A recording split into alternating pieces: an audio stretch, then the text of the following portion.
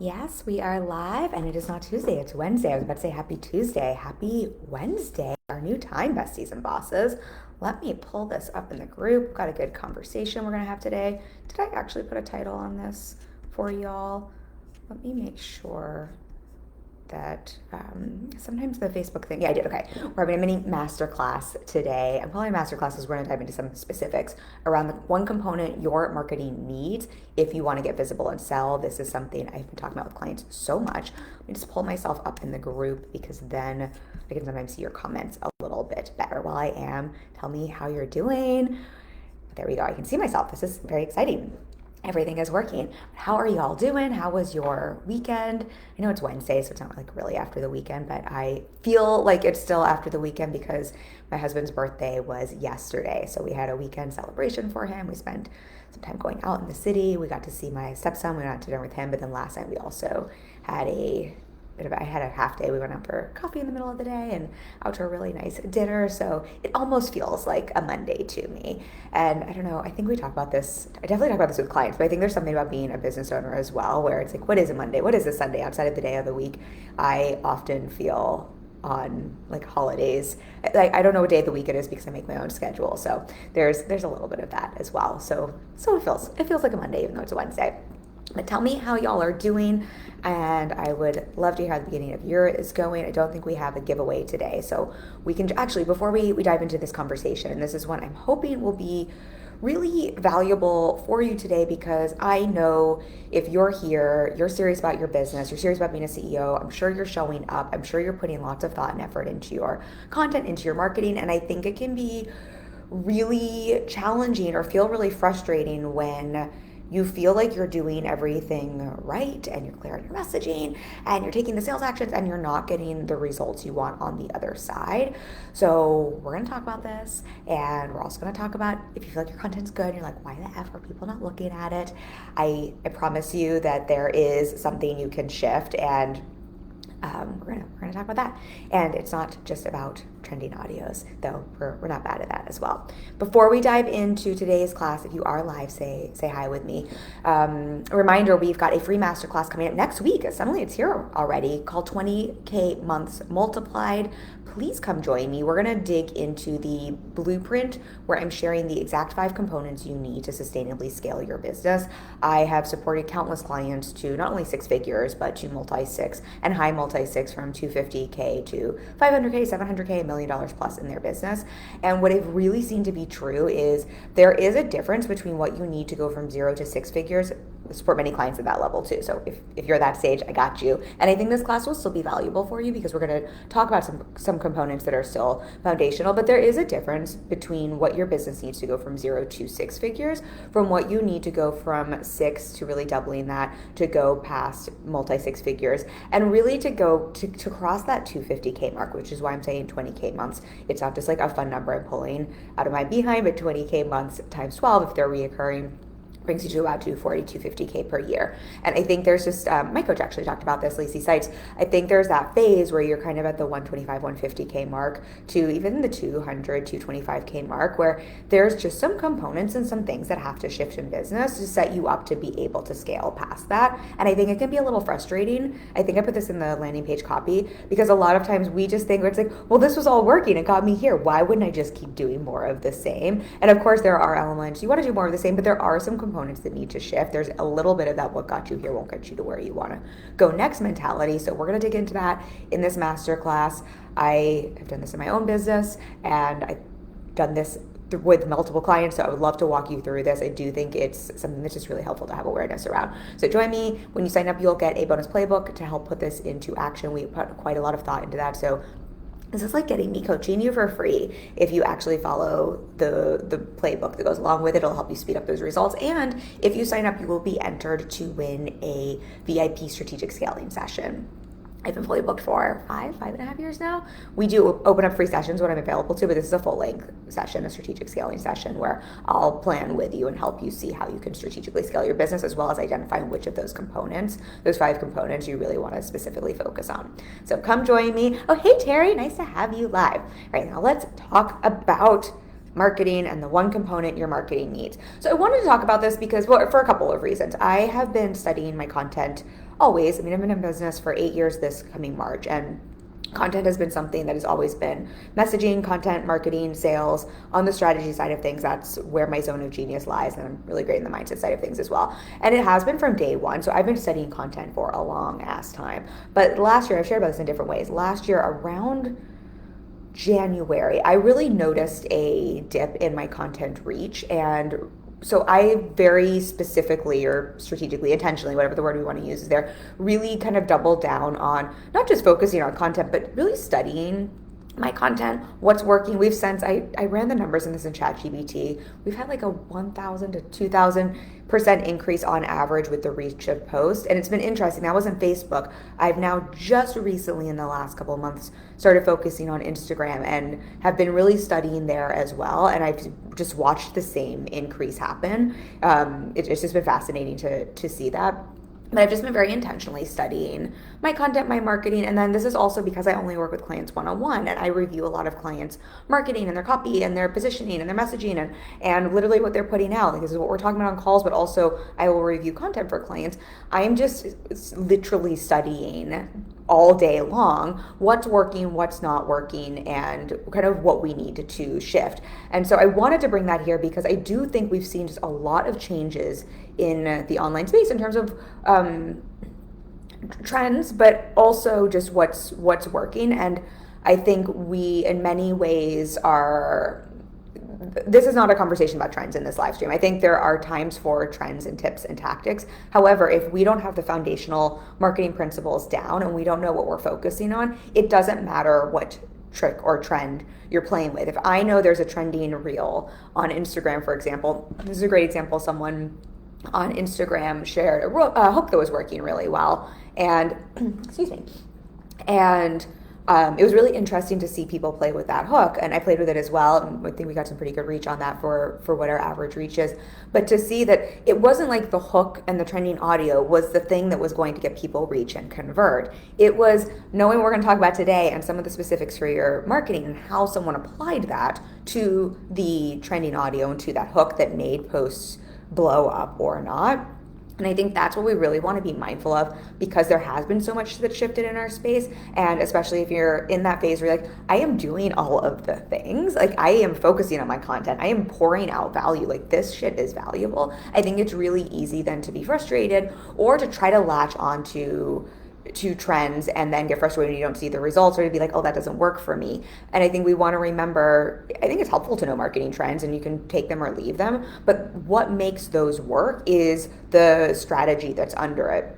And so I think that's important to say. The other prompt or the other reason, and again, y'all, let me know as I'm going through this. I'm gonna break this down. There's one specific component that has 3 parts, but I just want to preface this all. But let me know if you have any questions, because I just, again, I'm talking to clients all day long. I know this is specifically, I can't say the word, has specifically just been a pain point for people over the last, 6 months, a year. So I want to make sure I'm supporting you with this. But the other reason I wanted to have this conversation is I think there's a lot right now in marketing, people who are teaching marketing, people who are teaching reels, people who are teaching content, that are the messaging is sort of like good content will just get seen. So if your content isn't being seen, if it's not converting, that means essentially like create better content. And I have a little beef with that, and for lots of reasons. And I think I shared this when we talked about my marketing predictions for this year, but I'm going to repeat it here in case you didn't see that, because I think it's important context for the conversation we're going to have. Yes, I do believe in theory, good content will be seen. And if your content isn't being seen or converting the way you want, there's probably an opportunity to improve something.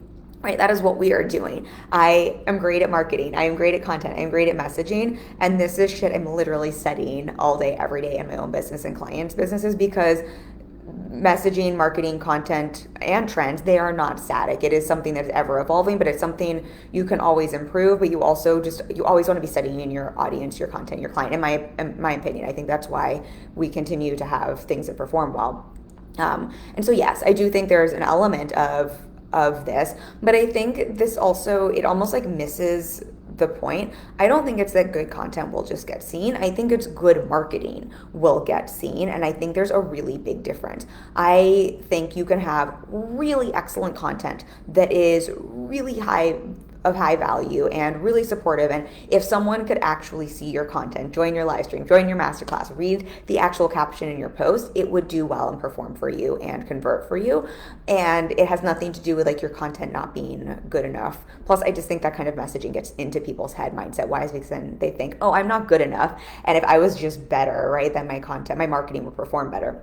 And I think that's, again, just missing the point. I think it's, if you have good marketing, it doesn't have to be perfect marketing, but if you have good marketing on top of high value content, that's what's going to allow you to get seen and to be visible and to get paid. And so a lot of times you can have really value driven content that is excellent and it is so helpful for your people. And you all know who you are. You're the person where it's like, when someone watches my masterclass, they convert. When someone comes to my challenge, they convert. When someone joins me for a free call, they convert. If only I could get more people to watch the masterclass, to come to the challenge, to come to my free call, right? That's not that means the quality of your content's great, right? Like that's not probably the problem we need to solve. What that tells me is we don't have enough people seeing what it is you're putting out there, right? That's more a marketing problem.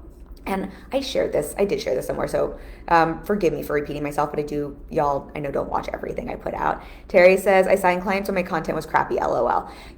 And I think there's that as well. I think that's a whole different conversation. I think we get so wrapped up on content needing to be the thing and we forget it depends on what everyone's selling. For most people, unless you're selling content creation, right, we just need content to do its job, which is, for many of us, like a post online.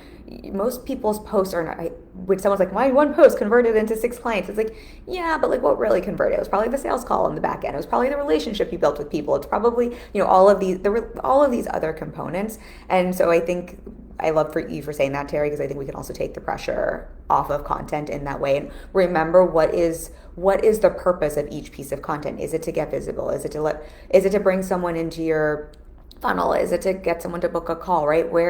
How do we remove some of that pressure? I really appreciate you saying that. Terry says, do you think I'm always improving though too? Yeah, I think all of us as business owners, like we're all business owners, we're all improving our craft and we're all improving our marketing all day, every day. I think of that as that is the definition of mastery. If we are masters of our craft, mastery is a process. And I love that so much more than thinking about perfection or like, is this good enough for an ultimatum? Because it is it's a process. We are always in process of mastery. Definitely marketing is so key. I'm gonna try not to go off on tangents, so I just love what you're saying, Terry. Marketing is so key, and I think for everyone to hear this as well, I think what can be really frustrating is, and I've definitely shared this, and this will actually bring me back to the point, and I swear I'm going to share this component with y'all, but this is all important stuff. I remember when I was acting, right? I thought if I was just the best actress ever, and if I just studied my lines, and if I just nailed my audition, and if I just focused on my craft, that would book me acting work. But the truth is, I couldn't do any of that unless I had an agent marketing me, right? Putting me out there, getting me the actual auditions. Like so much of what got me work was the marketing side of, as an actress, you're running a small business. It was the networking, it was the photos, it was what I was doing to build relationships to even get in the door to have a chance for the job. It kind of didn't matter if I sucked or not. And I knew lots of people who, maybe weren't as talented. I don't mean this in a bad way, but we see this all the time. You watch a show, you watch a movie, and you're like, that person's not even that good. How are they working? Well, they're working because they've got great marketing on the front side, and then they're good enough, or they have enough of a relationship, right? That does so much of the work for them to book the part. And you can have someone who's brilliant but doesn't have any of that marketing. They're never even going to get seen. It's the same thing for all of us in business. You all know there is someone you follow online that you sort of hate scroll when you're doom scrolling. And I know I shouldn't say that, but I know because my clients tell me this all the time, right? There's that person that you're like, why do they make $100K a month? What they're doing isn't even blah, blah, blah. My work is so much more potent, so much more powerful. deliver so much more value. And it's well, my guess is it's not let's also maybe all be kind to the people online. They're probably doing more than we all realize, is what I remind my clients. And let's look at what they're actually doing and see why do they have those results. And probably a part of it is they're just winning the game of marketing a little bit more. So they're more visible. They're bringing more people through the door, right? Some of it is a little bit of that numbers game. And so not to stress everyone out where it's now you need to be a crazy marketing machine, especially if you want to grow to 6 figures. You like Terry's saying, you can have pretty crappy marketing and pretty crappy content and still make consistent 10K months and 6 figures.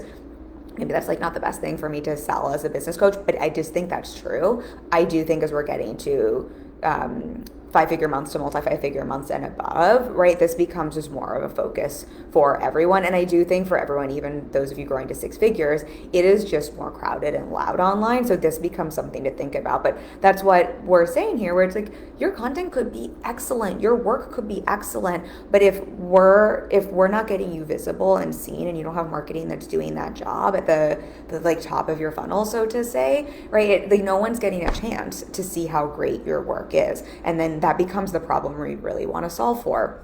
So this, though, is why I have a little bit of beef is such a funny thing to say, but I just don't love when we're saying, hey, if your good content will just get seen. I think it's good marketing will get seen. I believe it's Alex Hormozy.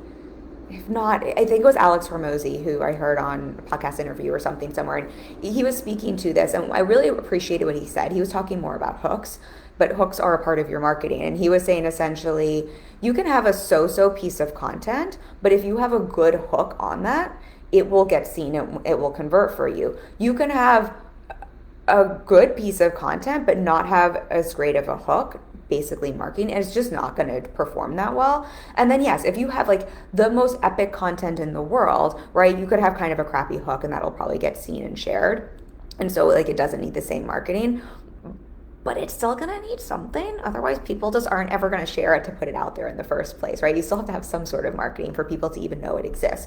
But I really appreciated his way of framing that, because essentially what he was saying is, yes, you need good content, but it's not just good content is going to get seen. It's good content with a so-so hook still isn't going to get seen, or marketing, it still isn't going to get seen that well. So-so content with great marketing will, right? And if we bring those together, right, you're just on fire. But I think what's helpful too about this is I think it can take some of the pressure off everyone in this group who gets so look, I know I've got a lot of recovering perfectionists, and maybe perfectionists who haven't recovered, where it can just, every single post you write, every single live stream you do, every single podcast you record, it gets so pressure filled because it just needs to be perfect. It needs to be so good. This needs to be the thing that brings in a client.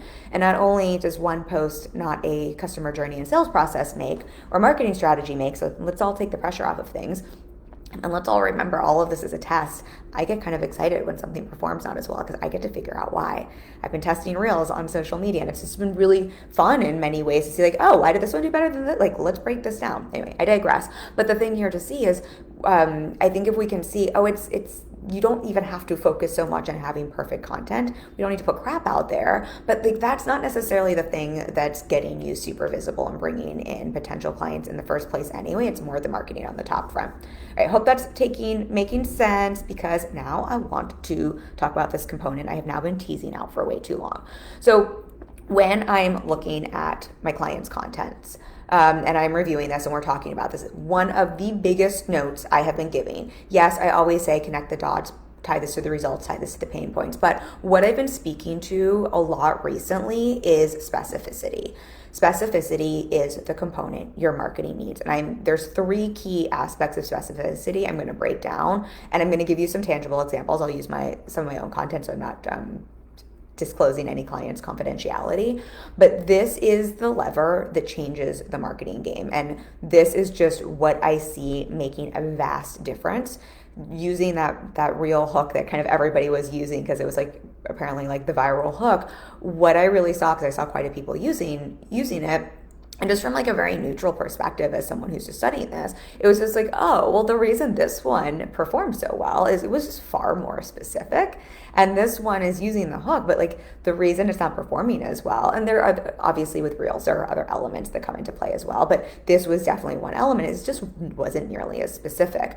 And this is the lever, like truly specific sell. And I think when we think about specificity, so often we're thinking about how to speak specifically to your offer. And obviously when you're selling an offer, specificity is going to make a huge difference. But I'm actually talking about also your marketing. And this is the part we want to unpack here. So yes, specificity sells when you're describing your offer, when you're talking about your offer, but also when you're marketing to bring people in to even talk about your offer in the first place. And the 3 places I see specificity, and there might be more, but these are the ones I'm really noticing. Specificity in terms of who you're speaking to.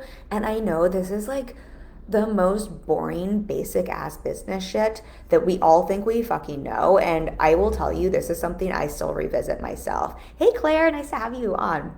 And I think this is something that, again, this is the thing. I'm gonna, like, knowing who your person is, ideal client avatar. Like, all of us probably want to eye roll, or it's like, really, Kim, you're talking about that? But if we haven't revisited that in a while, my guess is your people have probably changed, right? Some of the specifics have changed because the world has changed. And I think all of us like did that exercise once, and we forget that it is really tough to bring in specifics. And I'm going to break down again some specific examples, but that's the first component there. You got to know who your people are and be really specific in who you're speaking to. The second one is specifics in terms of the platform you're creating content for, which I will explain. I know we've talked a little bit. And then the last one is specifically knowing if you're creating content for a cold or warm audience and what specifics to speak to there.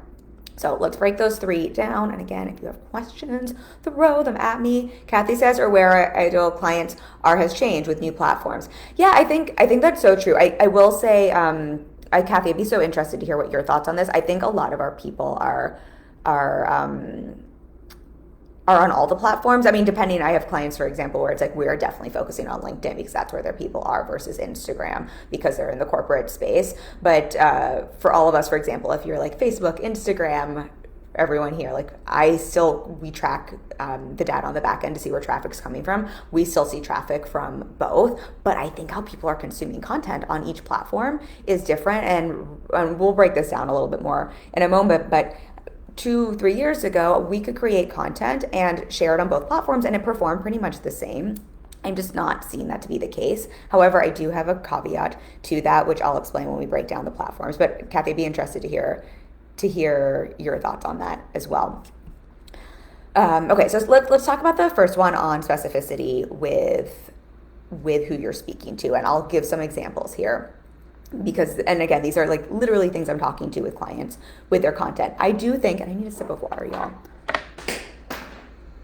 Anyone else, my business owners, I always have like all the liquids. In like another hour, I'll have a kombucha here. It's like my desk is just like, apparently I'm like a cactus and I just need nonstop liquids. Anyway, specificity. I do think, and I think this is something that's just helpful to know. I really think that pre-2020 through 2021 even, we could all just get away with being far more general in our content. And specificity has always sold, but we could speak to things. And look, I see this in my own content. I'll be flat out with y'all. When I'm busy, if I'm being a little in air quotes lazy with content, if we're just repurposing stuff, especially if we're repurposing stuff from a couple of years ago, right? It's just really easy to fall into generalizations and to not even realize it and to think you're being specific. But if you're really wanting to focus on how do I get more visibility? How do I get more reach? How do I get in front of more people? How do I get my content to stand out? How do I bring in more leads? This is the place to drill in. And what I'm going to bring in an example here, but what I'm seeing is when it comes to not specificity sells when we're talking about offers, but when it comes to marketing, what I'm seeing a lot of people do where we think we're being specific and we're not, and I'm saying we because I do this as well, is really speaking to general ways people are feeling, general ways people are experiencing their problem, general ways people are thinking about what they're going through, general results people want. And I think it's confusing because if you say, for example, oh, you're so stuck, or you're frustrated because you're not booking clients, or you want to make 10K months, or you want to make 6 figures, right? Those in some ways feel like, I think those kind of sound like that seems like it could be specific. And I'm sure a couple years ago that was specific enough to bring people in. And I'm just noticing, again, I'm noticing this in my own content. I've been testing this and really, like, I love to use myself as a guinea pig. I am just so seeing how when I take those are all pretty general content, right? Like, you're not really booking clients. You want to make 10K months. You want to make 6 figures. And again, I speak to this. I'm just noticing how if I just speak to that, things just fall flat, and it's not, it doesn't work. It just doesn't get the same level of reach or connection or visibility or conversion on the back end. And I'm really, I like this on Instagram where I can see, are people saving something? Are they sharing something, right? How are people engaging with this? And those are all examples there of this is why we want to know our people so intimately, because it's tough to take that and make that more specific, right? Those are all general things people are probably, my clients, for example, are probably struggling with and results they generally want. If you're a fitness or health coach, right? Let's say your people all want to lose 10 pounds or they want to fit into their bikini, right? Like they want to get healthier. There are general things that sound specific that we like generally know these are people's problems and these are the things people want.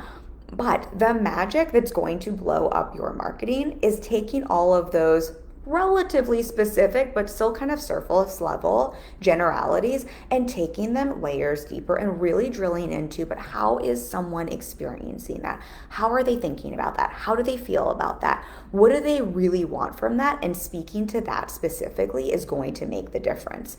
I'm literally just playing an example here. And I'm going to read for you because I think otherwise this is the kind of thing. Let me give you a specific example. I think otherwise this is the thing we can understand as a concept, but I think it's harder to put into application. So I wrote a post recently to promote one of our podcasts, and it performed pretty well on Instagram. And it was the most recent podcast this week, and it's about, essentially the podcast is about, I have one question to help you stop discounting your wins and to expand your success more. I forget the exact title. So it would be very easy for that, right? We're talking about discounting wins. I think that can sound pretty specific. Instead of writing a post that was maybe point of view, you keep discounting your wins, or you're a business owner who keeps discounting your wins, or point of view, you're a business owner who wants to celebrate your wins, or point of view, you're a business owner who booked a client and keeps discounting your wins, right? Instead of writing that, what I wrote was, point of view, you just booked a new client at your highest rate ever who paid in full, ... and you've decided it doesn't really count. And that difference there, that specificity is the difference that I think really helped that post to perform far better than some of our others and to get far more, not just reach and visibility, but click-throughs, conversions, like listens on the back end. And so it's the same message, right? And I think that's where we get confused. And I think saying, hey, you keep discounting your wins, I think we all think like that's pretty specific, but the invitation to you and the component I'm just seeing as I'm editing clients' content or I'm talking about them with that is, how can we take something that's kind of specific, right? Discounting wins. How can we take it a layer deeper and really think about, how is your person experiencing this? What are they going through? How are they feeling about this? Literally go through their day, like what's going on for them? What are they thinking? What are they feeling? What are they wanting? What's the thing they didn't say to anyone else? How can you spell that out? That's the specificity that then when someone reads this, they're like, oh, that's totally me, right? Like this episode is funny. I've had multiple clients and multiple people either DM me or clients reach out and they're like, oh, that you recorded that episode for me. And that's my goal, right? I want everyone to think I wrote a post for them. I recorded a podcast for them specifically, but the only way I can do that is by being really specific. And so I'm hoping, I'll give you another example in a second, but I'm hoping that difference makes sense where, like, this isn't to call anyone out and say no one's being specific enough, but I think this is where it's easy for us to think, oh, I'm being pretty specific. I know my people pretty well. And it's like, but do you know your people well? And if you do, are you telling them? Are you really letting them know, hey, I see you? Because the goal, the specificity that wins is someone hearing something, seeing something where they're like, oh, fuck, that me, right? Like, isn't that the thing? Like people are, like the meme we're all saying, like, that me, people want to feel seen, heard, and understood. Are you being specific enough that is making someone feel seen, heard, and understood? That's the level of specificity we're going for. Claire says, yes, me too. They're quite generic. They're quite generic. I agree, she says. I'm glad that that's landing. And does that difference make sense for y'all? Let me know if, let me see. I'm going to pull up another one. Okay. I pulled up another one that performed, I'm just using my own again, because client confidentiality is so important to me. And if I pulled up client stuff, then you might know who it is, and that's not cool. So we posted something the other day. It was actually a promo. This is always fascinating to me. It is fascinating to me when I post a promo post, and that's the thing that does the best for me, because in theory, like, value-driven content, I think is what we think will all like perform the best. And people don't want to be sold to, and all of this noise. Sometimes our promo posts perform the best, and I mean, in this case, because of what we're talking about, visibility in terms of reach. And to me, that means people are reading it and they're saving it or they're sharing it. And so I find that really fascinating. But I think one of the reasons this one performed well is it was so specific. And so we have, as you know, masterclass coming up next week, 20K months multiplied, which I'm very excited for. I'm always excited for our masterclasses. And I had and I'll drop a link for that after. We talked about this at the beginning. I'll talk about it at the end of this live stream as well. But love to have you join me. So this promo post, instead of speaking in the promo to like the general problem people, right? We want to talk to problems and to solutions. Problems, we're writing a promo post, right? We're speaking to problems someone has. We're often wanting to create some problem awareness, and then we're wanting to speak to our solution as the call to action, or we're really wanting to speak to the desire someone wants, and we're wanting to help someone really see how it's possible for them, or really painting that picture of the transformation they want, and then to our solution, right? Those are the two general frameworks if we think about a promo post. And I'll repeat that if anybody wants to hear. I'm like very happy to walk through, like those are just like the two standard promo post frameworks copywriters use. I'm not a copywriter, but this is again stuff I study. And so if we're speaking to the problem that someone wanting to make 20K months might be, it might be that it's feeling hard to make 20K months, or you're stuck at 10K months, or you feel like you're not making enough money, or you're frustrated you're not making more money, or like you just keep seeing everybody else making 20K months, you wish you could make that, right? Those are all, that would all be speaking to the problem. And I think that's specific. It's not like that's not specific. If I'm sure some of our promo posts are like that, especially some of our older ones. And again, those still perform well. We're talking about what's the gear you can shift into, what's the lever you can press when it's crowded online to take it to the next level to get far, far more visibility and reach, because that's just going to get you better results on the back end, right?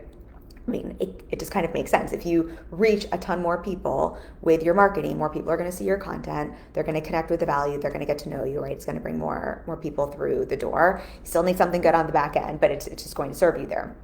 So bringing it back here to the example. So if I had written a post like that, I'm sure that would have done just fine. It's not like that would be a wrong post. I'm sure I have plenty of posts like that. What I wrote on this post is... where is it? Oh, I didn't pull the copy in here. But I did here. What I wrote instead, and I think just interesting because I didn't know until I tested this, but what I wrote was what someone recently told me on a discovery call, : they felt like they were in poverty, even though they were making well over 6 figures.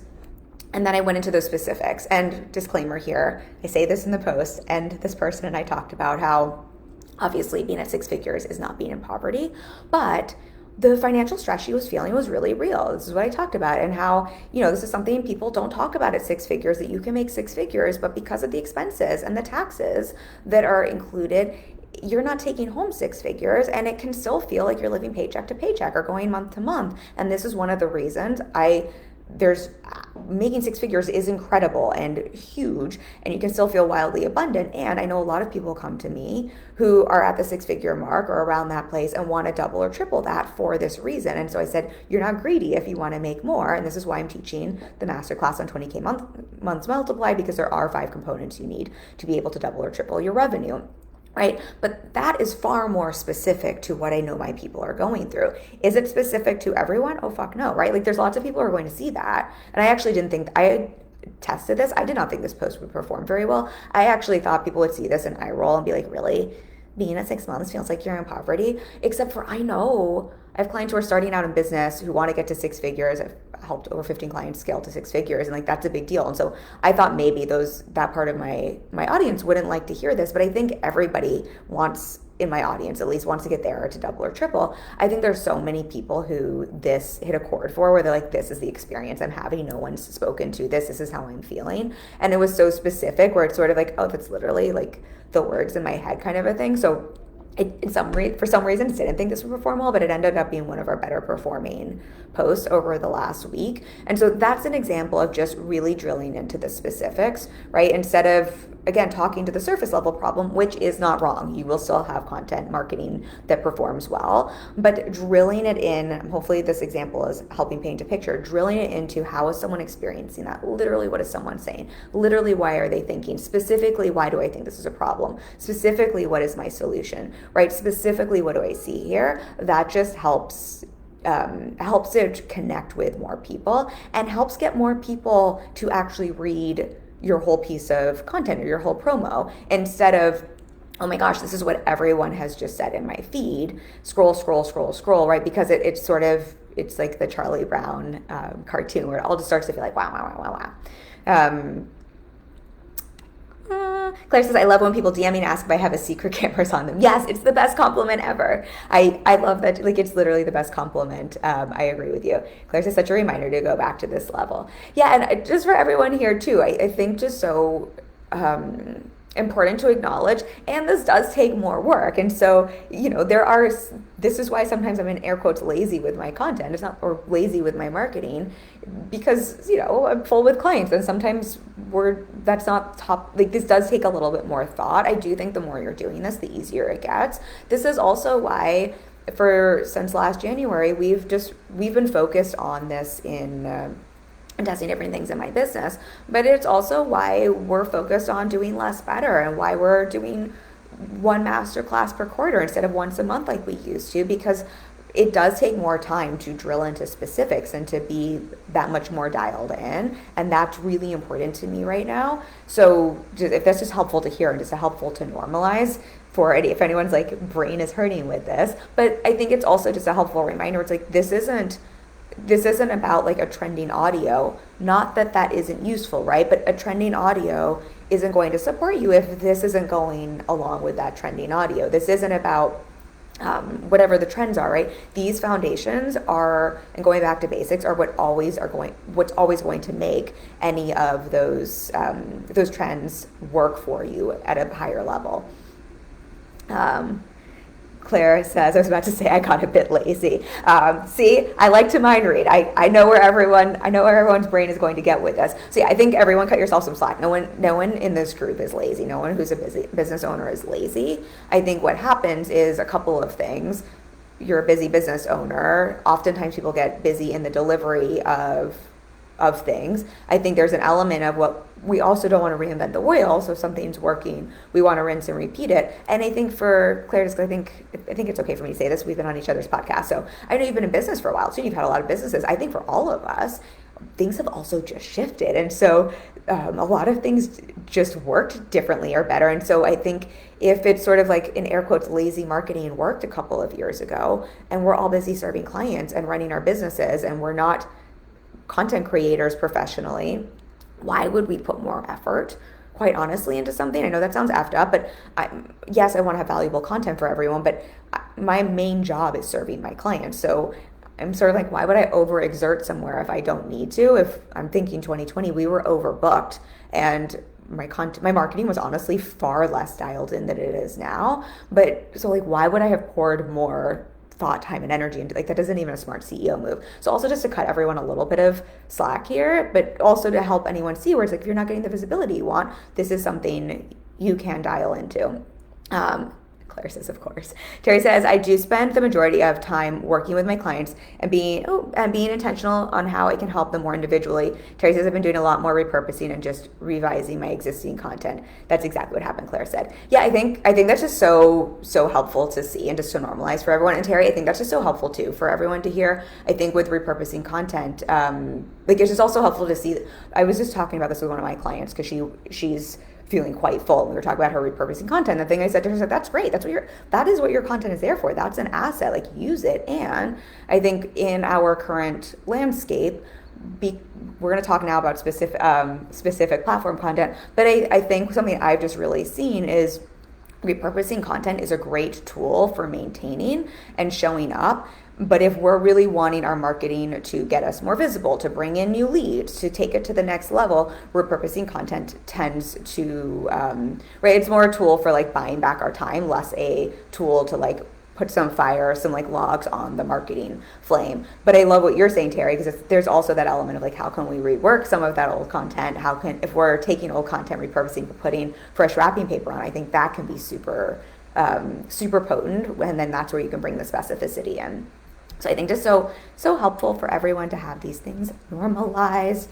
So do not everyone hear this and now think like, oh my gosh, now I need to go burn out. This is more just like, hey, here's one thing, like literally one thing to focus on when you have the time. If this is what your business needs right now. Some of you might think that's just side conversation, but something I'm also chatting with clients, your business always needs marketing. I don't care what people say. Like, I just think your business always needs marketing. If not, you might not see the results now, but you will 3 to 6 to 8 months to 9 months down the road. And that's a different conversation. And I've had to help a lot of clients with that. But if you're in a really busy delivery season, or you just had a child, or you're going on vacation for a month, right? You can be in maintenance mode with your marketing and just let it work for you. And if you're in a season where you're really wanting to get more visible, get more reach, grow your, let's say you have a launch coming up in a couple months, and your goal is to grow your audience and your email list, right? These are some of the things I might be focusing on. Okay, so specificity with who you're talking to and how you're talking to them. That's the first kind of specificity. The second, just see my notes here. Was there anything else I wanted to say there? I had more examples, but I think y'all get the examples there on how to speak specifically, because I gave those 2 examples. I'll just close before I jump to the next one with the thought, what I'm often saying to clients if they're having a hard time hooking into that specificity, the way I would invite you to think about it is, let's just say what your thing is like people are stuck, or they want to enjoy their life more, they want to like live out their dream, right? These are some of the like more general generic things I'll sometimes hear from people, or they want to have a business they love, right? These generic things that I'll sometimes hear from people. I would invite you to think about, great, how do they want to experience that? Or if they're stuck, right, and they're not getting what they want, or they're blocked, what is their literal experience of that stuckness, of that blockness? I would go through, when they wake up, when they go through their day, when they're doing the things as it relates to your work, how are they literally experiencing that stuckness, that frustration, that blockedness? And or what are they literally thinking, or what are they literally feeling, or what are they literally doing? Those are the specifics I would invite you to dig into and to start to just to weave in. It doesn't have to be like the whole post or live streams about that, but just like we said here, like I just brought in the thing where I'm like, I know someone's gonna think they're lazy, right? Like, how can you just bring those pieces in that are very specific to your people? Okay, so the next one is specificity in terms of the content you're creating for the platform you're creating. And then we'll talk about cold audience, warm audience real quick to close out. I think this is one that I've really just seen to be true over the last year, and I've just been testing this so much myself, and I did not see this. I've been, again, March will be 8 years in business, and I've posted content every day for 8 years, often more than once a day. So I've been around like the content block here, and I've had this I actually started on Instagram, if this is helpful to hear. So I've had my Instagram account since the start of my business, and I started my Facebook group maybe 5.5, 6 years ago. When I started this group, I pivoted my focus to my Facebook group. But I've always been able to create content and just sort of like post it here and then also post it on Instagram, right? Like, and it performs pretty well. What I've really seen, and I'm the clients who like, this is a focus we need to look at. What I'm really seeing is how creating content specific to a platform is making a very big difference. So if I have a client on LinkedIn, for example, right, they're going to want to create a different type of content than if they're on Instagram. Or if you're on Instagram and that's your, right now, Instagram, I mean, y'all are my OGs and my people, but this group it's working. It's well oiled. We've got a nice growing group, so I can show up here and I know that I have the bandwidth now to focus on Instagram a little bit more, where we've just sort of like given it the sloppy seconds, which is a horrible phrase, up until recently.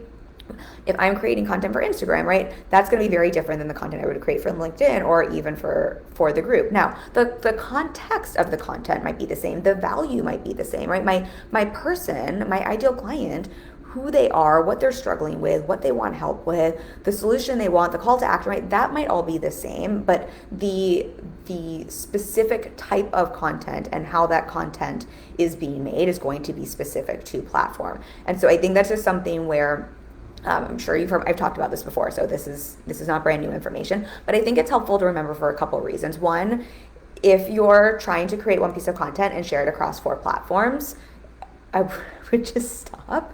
I would pick one platform and go all in. If you've got one platform that's working really well for you, great. Like, you can have a second. And if you have sort of 2, if you're doing what I did, where Facebook group was my priority, Instagram is what was getting the crossover. I have lots of clients who do that. There's nothing wrong with that. I just wouldn't. Personally, I wouldn't try to focus on more than 2. I think it's tough to do one really well focused, yet alone 2. I would be really clear on your expectations of how that content's going to perform. And where I would be measuring the performance of your content is where you're creating the content for. So for example, when last year, sorry y'all, something really weird, something weird happened. I thought it was a bug, but I think I just had a weird like ear drum spasm or something. Sorry, that was the most strange thing. It just, sorry to have happen live. I've never experienced that before. Okay, I'm fine. I cannot even describe how strange the sound noise in my ear was. Okay, where was I? So if, for example, when I was focused on my, just recame my thought now.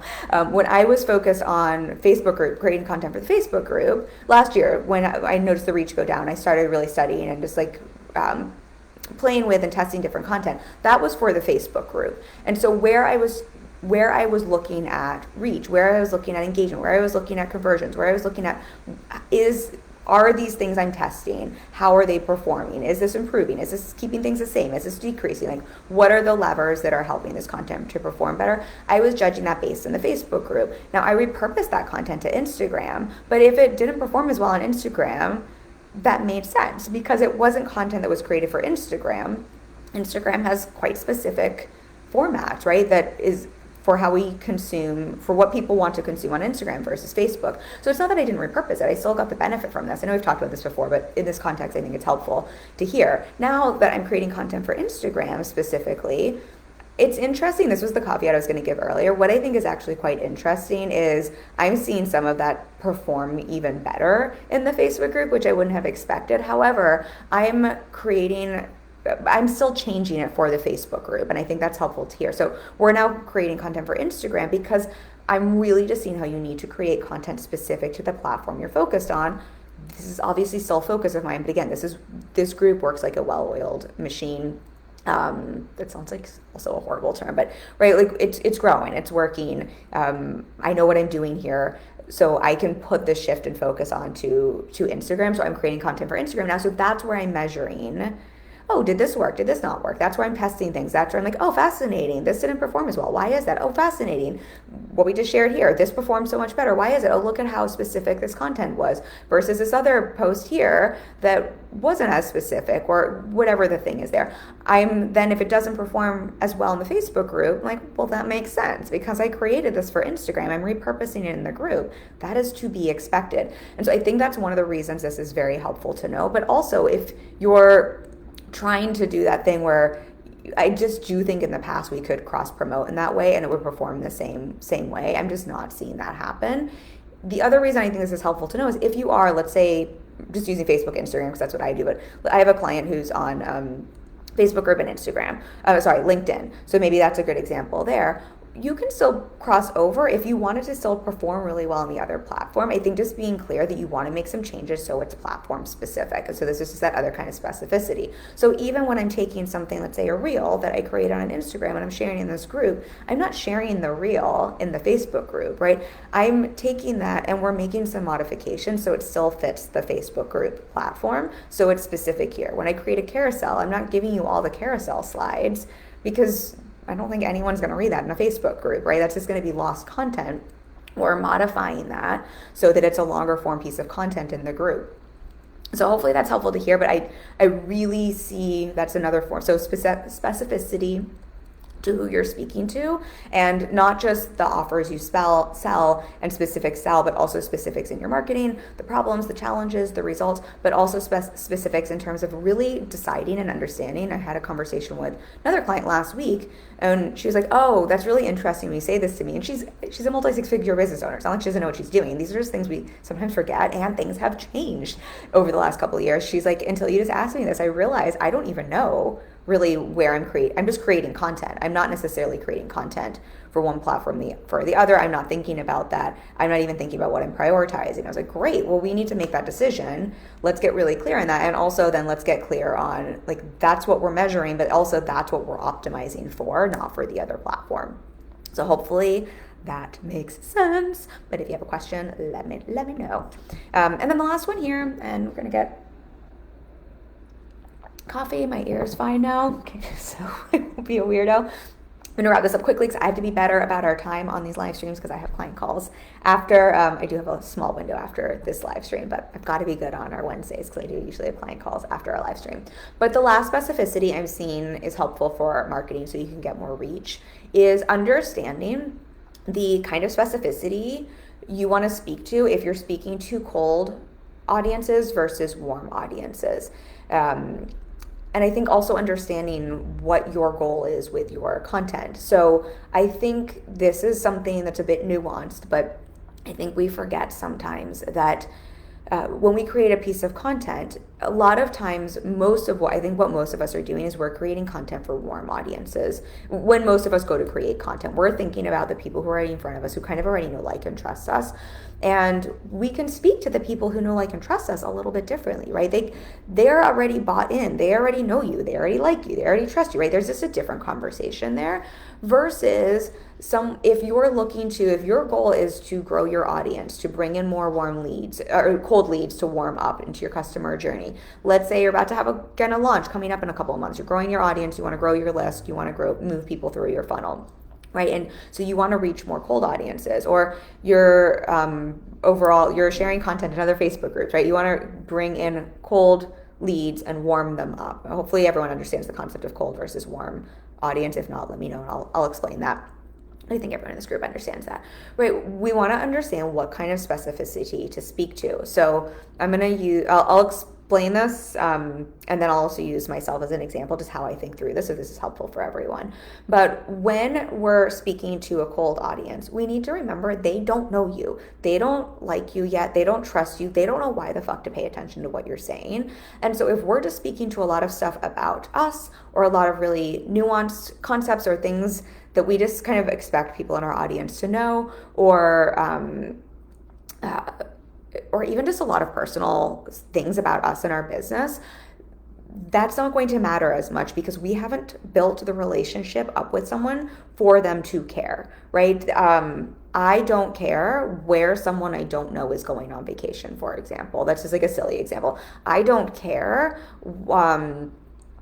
what someone does for their morning routine if I don't effing know them. But someone I'm already following that I have a relationship with, that I look up to, like my coach, for example, if my coach were to post something about her morning routine or where she's going on vacation or what she ate for lunch, right? I probably do want to know about that. Like I probably am interested. I'm probably like, oh, like let me know more. So I think we want to remember these things. So in general, with cold audiences, I always think I want to be way more specific to them, to what they need to know, to teaching them why they should listen to me. But I want to just be way more specific as to what's in it for you versus like, let me teach you more about me. Hopefully that makes sense. So if I'm on Instagram and like maybe I'm making a reel that I'm hoping will bring in some new people, I think that's also why the post about the discovery call and someone saying they felt like they were in poverty, right? I think that probably reached more so you can see the audience breakdown on Instagram in terms of new people versus your current audience, and it reached a really good split. And I think one of the reasons, it might have even reached more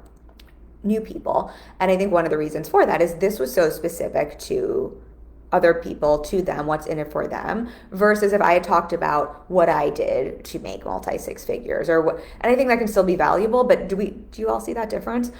This was so specific to them.